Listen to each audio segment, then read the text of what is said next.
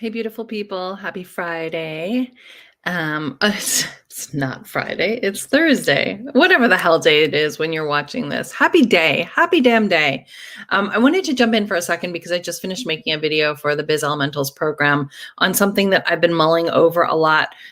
Recently, I've taken a lot of time to start to think about what are the less tangible elements that make a person more likely to succeed than not.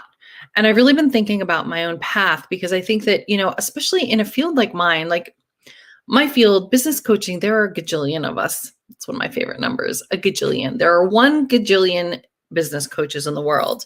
And some of us experience success, and probably a larger number don't experience their version of success. I don't know what the statistics are.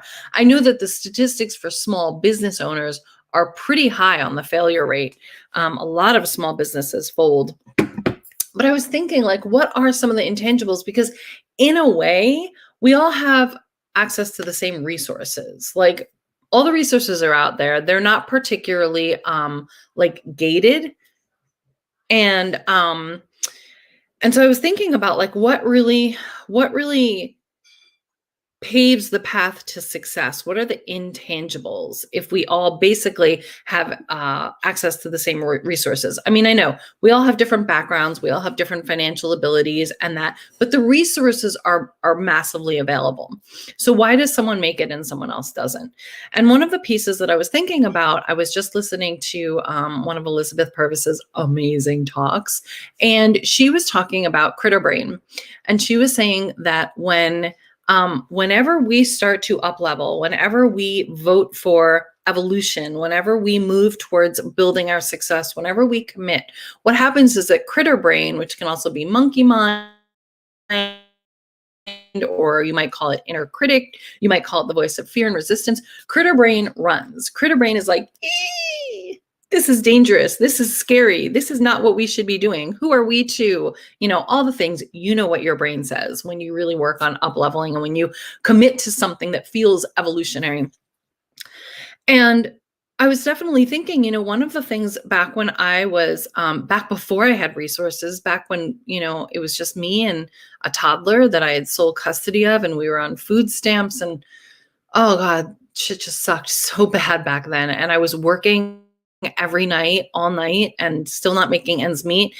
And it's like, I didn't have access to resources then. That wasn't what made my success. Like, what was one of the pieces that really helped me to get to where I am today?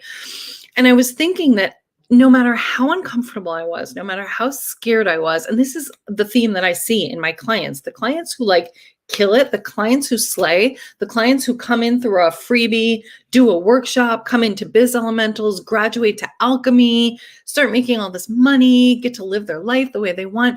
They all have the same thing as this thing that I'm going to tell you about. And I just made a whole video about it in Biz Elementals. But the piece is about willing to sit with discomfort and stay in the room. And that's how Elizabeth Purvis phrases it. And I love that. Willingness and a commitment to staying in the room. And the folks that I see Biz Elementals not working for, or the folks that I see around me in my circles not making it, they're people who weren't willing to stay in the room.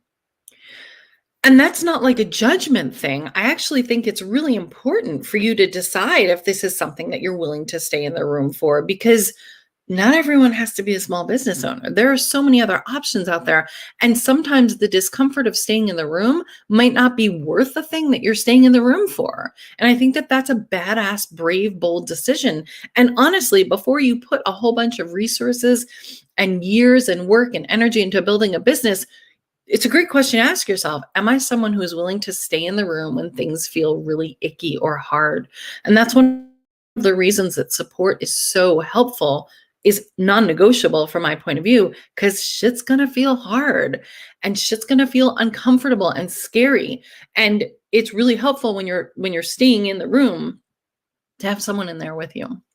So I just wanted to put that out there and see what you guys think about that, and whether or not whether or not you get what I'm saying and that resonates for you, and if that's a factor in what you are and what you see as a point of success.